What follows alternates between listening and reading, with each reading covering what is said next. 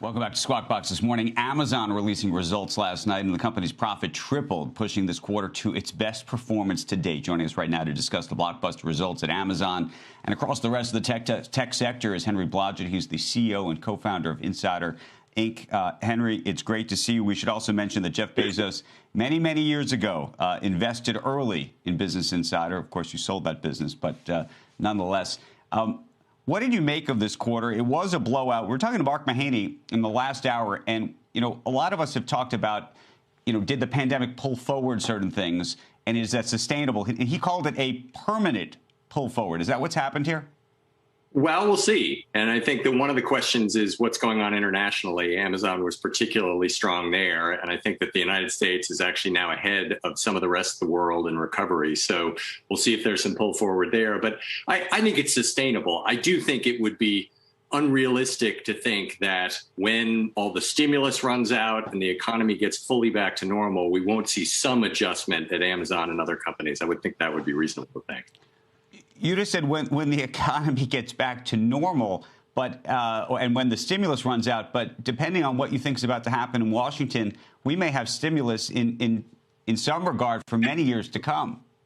We may, but we'll also probably hit a peak of it within the next 6 months or so. And then the question is what happens on the other side.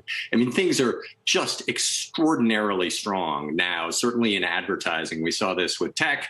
Amazon's benefiting from that, too. There's still an enormous amount of consumer spending that's going into Amazon and others. But I do think that at some point we're going to reach a peak of that stimulus. And then we're going to gradually go back to the organic economic growth. And I think that what we often see is that the stock market is peaking around the time that you are just at that absolute peak of enthusiasm and things couldn't be any better. And that's the time to sort of wonder and say, okay, where are we going from here?